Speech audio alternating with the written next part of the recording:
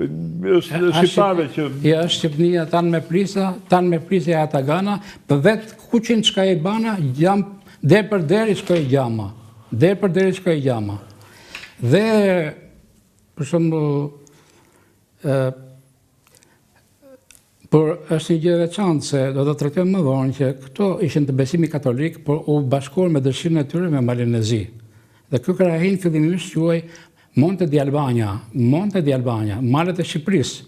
Kështu shquajnë? Kështu, deri në vitin 1620, kjo krahin quhej malet e Shqipërisë. Më vonë fjala Shqipëri u hoq, edhe ngeli vetëm fjala Monte, se kam bërë një studim për të punë. Mal, dhe emri Malizi, ngeli Malizi nga ky emër. Nuk është se Malizi ka një mal të zi dhe ngeli emri nga Malizi. Gjithmonë më ka bërë përshtypje, s'ne ky toponim. Nga kjo. Dhe kjo quhet Bërdo, ose mal, në serbisht, dhe këto fise u bashkuan vetë me pjesën tjetër. Fiset katolike, shqiptare.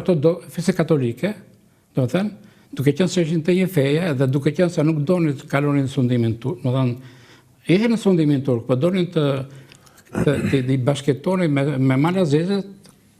Si të krishterë? Po, si të krishterë. Donin të kalonin me ta. Nuk donin. Dhe ata me dëshirën e tyre u bashkuan.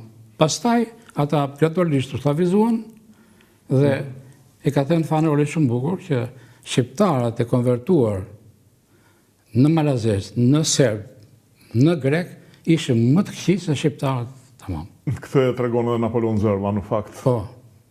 I cili thuhet që është një suljot, një shqiptar i konvertuar. Është vërtet, krimet të mëdha që u bën jugë të Shqipërisë në 1912-13-14 i bën arvanitët një dhe ata arvanitët dhe shqiptarët konvertuar në grek. Në qartë. E gjitha gjë edhe malazezët një të bën. Pra, kjo është një krahin e vogël që gradualisht me mbështetjen e Rusisë, u rrit, ashtu si Serbia, ashtu si Greqia, tha dhe ju, duke marrë territorë shqiptare, nuk u rritë territorëve shqiptare, nuk është ka zjerosh, duke i pushtuar edhe duke i asimiluar dhe nga ana ushtarake, që ka shumë që nuk e themene, këto banor që ai pushtonte dhe mundoi të asimilonte, i fuste në ushtrin e tij. Për shembull, ushtria malazeze në luftën për Plavë dhe Guci në 1879-80, kishte gjithsej 26 batalione. Në luftën e paraballkanike kishte 52 batalione, 2 fishin. Këto batalione ose këto brigata ishin të kompletuara kryesisht nga shqiptarë. Dhe një autor serb, Mita Gjurišić, ka bërë një libër për luftën ballkanike, e thot për herë të parë që batalioni Bjelogordi ishte batalioni Ulqinit fakt, Bjelogordi.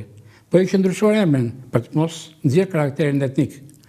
Kështu bën edhe serbët. Serbët kur pushtuan Kroprupre, atë Leskovacin, Prokrupin e gjitha, domethënë nishin, filluan asimilimin e shqiptarëve dhe i futën në ushtri.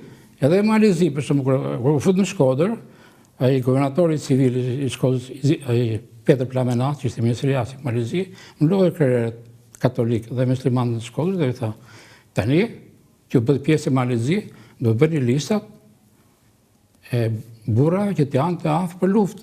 Pse? Se duhet luftojnë për të mbrojtur atë dhënë e tyre të Shkodrën. Pra, të gjithë dhe greket. Pra një pjesë e madhe e kontingjentit ushtrisë greke, të ushtrisë malazeze, të ushtrisë serbe, në fakt ishin në origjinë shqiptare.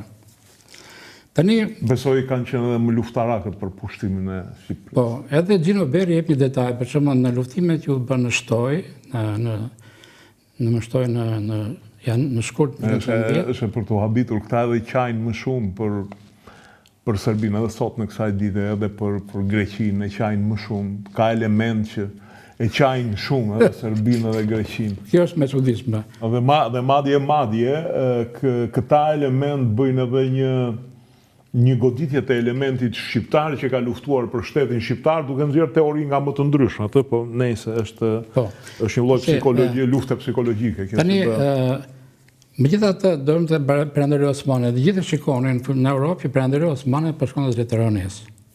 Problemi ishte çështja e kohë që ky perandori do të shkatërrohej. Dhe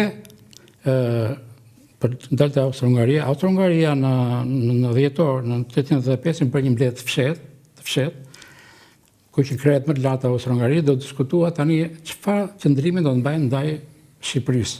Dhe unë këtu kam edhe listën aty u tha një vilajetet shqiptare sa janë, edhe u dha shifrat konkrete, për shembull.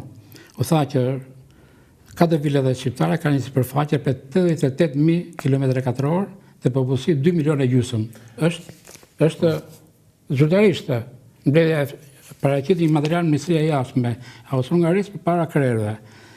Ishte vilajeti i Kosovës me 32.000 km2, ishte vilajeti i Menastirit. Të vequeshin tekstualisht vilajetet me popullsi shqiptare. Po, edhe jo, këtu ka edhe të specifikuar sa shqiptar, sa ortodoks, sa katolik. Ja, këtu. Ja. Është dokument? Dokument nga mbledhja e nivelit lartë. Është nga Austro-Hungaria, ku Gjermanët dihen që janë të saktë në ato dhe thotë, vilajeti i Kosovës, 32.000 km2 me një popullsi 865.000 banor, nga cilët vetëm 25.000 vetë ishin ortodoks serb. Pra, i bie që 820.000 kanë qenë shqiptarë. Vilajeti i Manastirit, 30.000 km2, i përbër nga shqiptarë, musliman dhe asnjë katolik.